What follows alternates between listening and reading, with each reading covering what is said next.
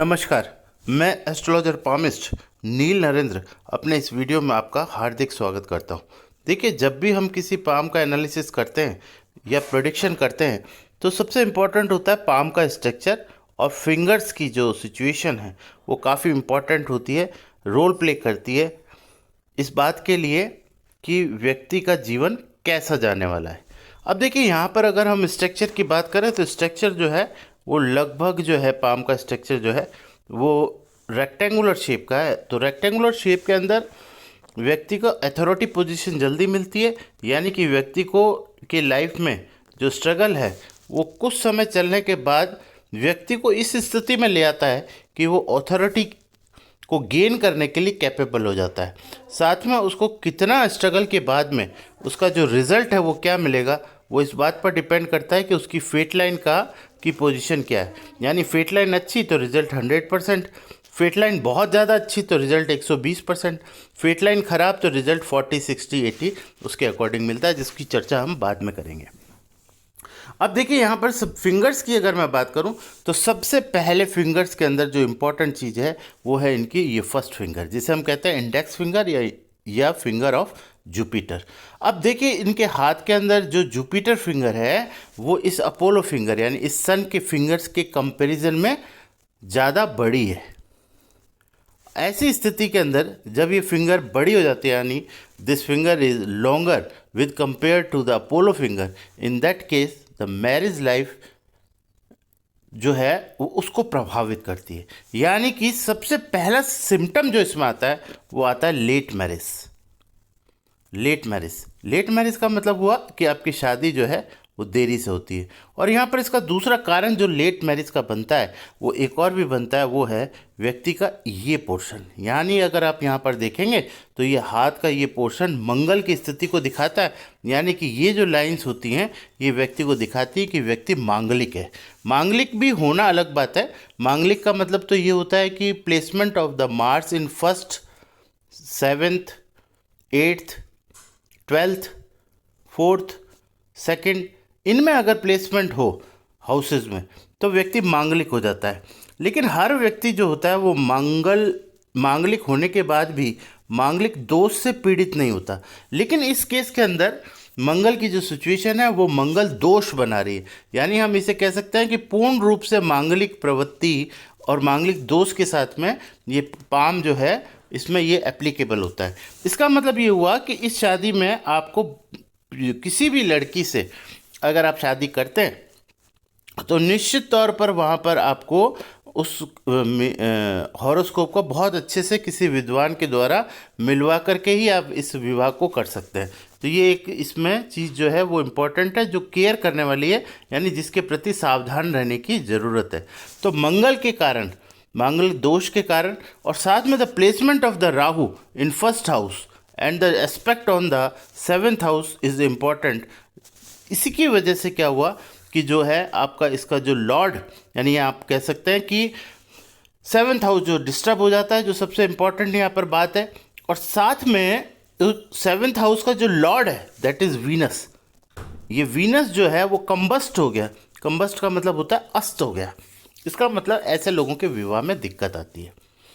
निश्चित तौर पर ऐसी स्थिति होनी चाहिए, जो कि हमारा पाम कहता है या प्रेडिक्शन के आधार पर यह बात निकल कर सामने आती है।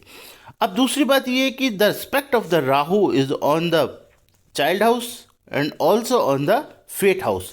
यानी भाग्य स्थान पर भी राहु की दृष्टि होने से भाग्य जो है वो ठीक तरीके से काम नहीं करता। और ये इसका कारण ये है कि जैसे जैसे आप देखिए यहाँ पर इस फेट लाइन को आप देखेंगे तो ये करीबन 25 साल के बाद में भाग्य ने यहाँ पर ये रुकावट पैदा कर दी। और इसकी और बड़ी जो रुकावट है वो आपको मिलेगी करीबन 31 साल के आसपास। 31 से लेकर 35 तक का जो लाइफ है इनका वो और ज़्यादा स्ट्रगल से भरा हुआ होगा। यानी उसमें और बड़ी दिक्कतें आएंगी, क्योंकि अगर उसी समय पर आप देखेंगे कि यहाँ पर मार्केश भी यहाँ पर ये एप्लीकेबल हो गया, यानी कि वो स्थिति के अंदर इनको ज़्यादा दिक्कत आनी शुरू होगी। तो यहाँ पर जो मेन चीज़ निकल के आती है वो नंबर प्लेनेट हो गया मार्स, सेकंड प्लेनेट हो गया राहु। तो राहु का एस्पेक्ट लग्न के ऊपर, लग्न इटसेल्फ कमज़ोर हो गया। लग्न क्यों कमज़ोर हो गया, ये बात हम क्यों कहते हैं, क्योंकि इस राहु की प्रेजेंस के कारण आपका जो मेन 3 हाउसेज है जिसे त्रिक भाव कहते हैं वो डिस्टर्ब हो गए, यानी 1 और 5 और 9 ये डिस्टर्ब हो गए। ये चाइल्ड हाउस हो गया और साथ में ये 7th हाउस जिस पर सीधी दृष्टि पड़ रही है, तो 7th हाउस डिस्टर्ब हो गया, हाउस ऑफ मैरिज और हाउस ऑफ लक। जब ये 3 हाउस यानी लग्न और मैरिज हाउस यानी कि इनिशियल एजुकेशन का जो हाउस है, बच्चों का जो हाउस है वो, और फेट हाउस यानी कि अपने पिता का जो घर है वो, और 7वां यानी कि जो मैरिज हाउस है हाउस ऑफ पार्टनरशिप, और लग्न यानी पहला आप स्वयं, ये कमज़ोर हो गए। इसके कमज़ोर होने के कारण से आपका जो लग्न कमज़ोर हो गया, और लग्न कमज़ोर होने की वजह से ये लग्न जो है वो 6, 8, 12 यानी कि पहला भाव जो है वो 6, 8 और 12 जिसे हम दुख स्थान कहते हैं या दू स्थान कहते हैं, ये हमारे हाउसेस के जो हमारे हॉरोस्कोप के जो अच्छे भाव नहीं माने जाते, ये तीनों भाव जो है इस कुंडली के अंदर या इस हॉरोस्कोप में या इस पाम के अंदर पहले हाउस से कमज़ोर हो गए। ऐसी स्थिति के अंदर एक तो व्यक्ति की फिजिकल जो कंडीशन है वो भी ज़्यादा ठीक नहीं होती और उसका कोई काम बनता नहीं है, यानी कि 6, 8, 12 स्ट्रांग हो गए, तो 6, 8, 12 स्ट्रांग होना कोई अच्छी बात नहीं मानी जाती with compare to the plan house number 1।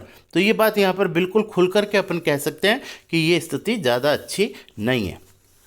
6, 8, 12 में ज़्यादा पॉइंट होना एक के कंपैरिजन में ये व्यक्ति के जीवन में परेशानी पैदा करते हैं। साथ में आप देखेंगे कि इनका जो हाउस ऑफ एक्सपेंडिचर है वो ज़्यादा स्ट्रॉन्ग है with the house of gain.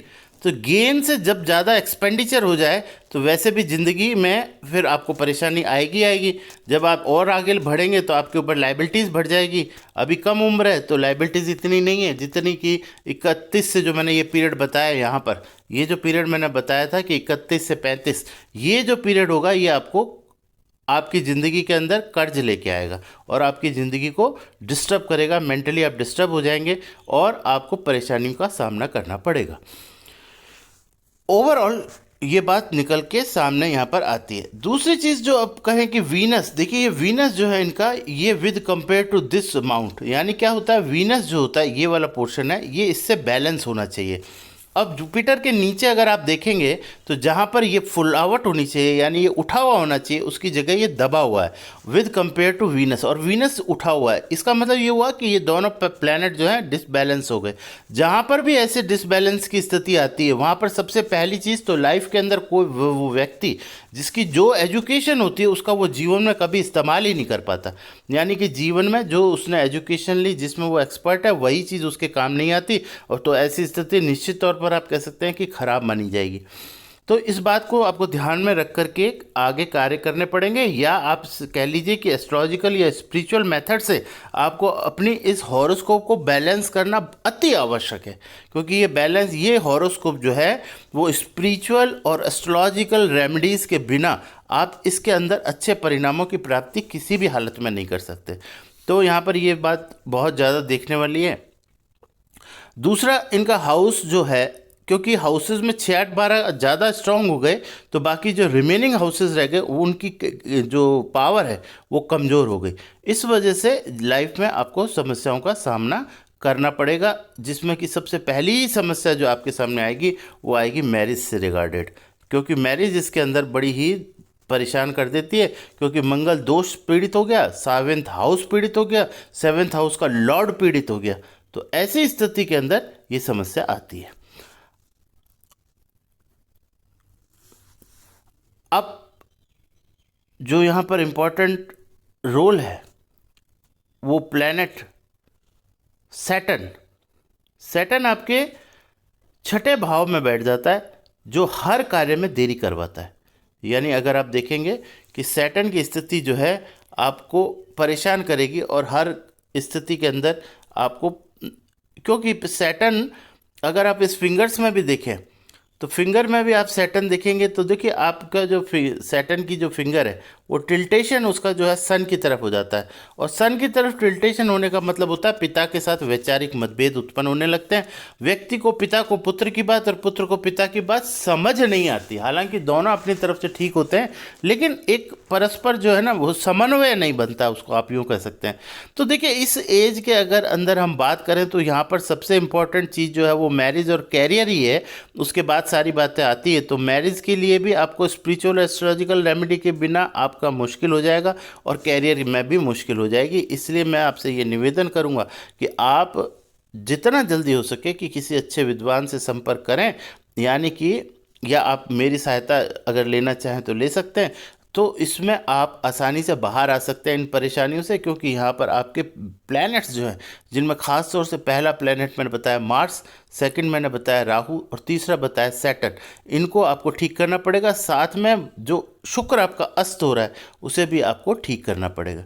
हालांकि सूर्य की स्थिति आपकी बहुत अच्छी है 10th हाउस में, जो आपको निश्चित तौर पर एक सरकारी नौकरी दिलाने का प्रयास करेगी, लेकिन आपको उसके लिए थोड़ा एफर्ट डालना पड़ेगा। ये आपका पॉजिटिव पॉइंट है। 100% अगर आप प्रयास करें तो एक अच्छी आपको गवर्नमेंट जॉब मिलने की संभावना यहाँ दिखाई देती है। क्यों? Due to the position of Saturn sun, और ये आपको सपोर्टिव है। निश्चित तौर पर हाथ पर भी जो ये साइन बन रहा है, ये वाला जो साइन बन रहा है, ये साइन जो है ये सरकारी नौकरी का इंडिकेशन है। तो आप चाहें तो एक एफर्ट करके आप सरकारी नौकरी को प्राप्त कर सकते हैं और वही आपके जीवन का श्रेष्ठतम स्थिति होगी, क्योंकि उस स्थिति में ही आप सर्वाइव अच्छे से करेंगे। आपको बिजनेस कभी भी नहीं करना चाहिए। बिजनेस में आप कभी सक्सेसफुल नहीं होंगे, किसी भी सूरत में सक्सेसफुल नहीं होंगे।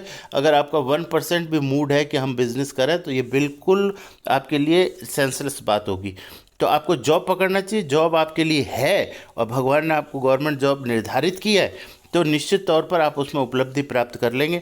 तो मेरा ऐसा मानना है कि शॉर्ट में अगर एक अच्छे से हिसाब से मैं आपको बात समझाऊं तो तीन बातें समझने वाली हैं कि you have to balance the energy of the Rahu, negative energy of the Rahu, Mars, Saturn, balance it and उसका फ़ायदा उठाइए। उससे आपके सारे प्लैनेट्स जो हैं और सारे हाउसेस जो हैं वो एक तरीके से खुल जाएंगे। Means simply I want to say one thing to you, you are a diamond but which is covered by the dust. तो ये डस्ट आप जब तक नहीं हटाएंगे आपके जीवन में आपकी कोई वैल्यू नहीं है। और इसके साथ ही अगर आप चलेंगे तो पूरा जीवन ऐसा ही चला जाएगा। If you do some kind of spiritual and astrological remedy, definitely you bright, or you can say your value is just like a diamond. Thank you very much. Radhe Radhe.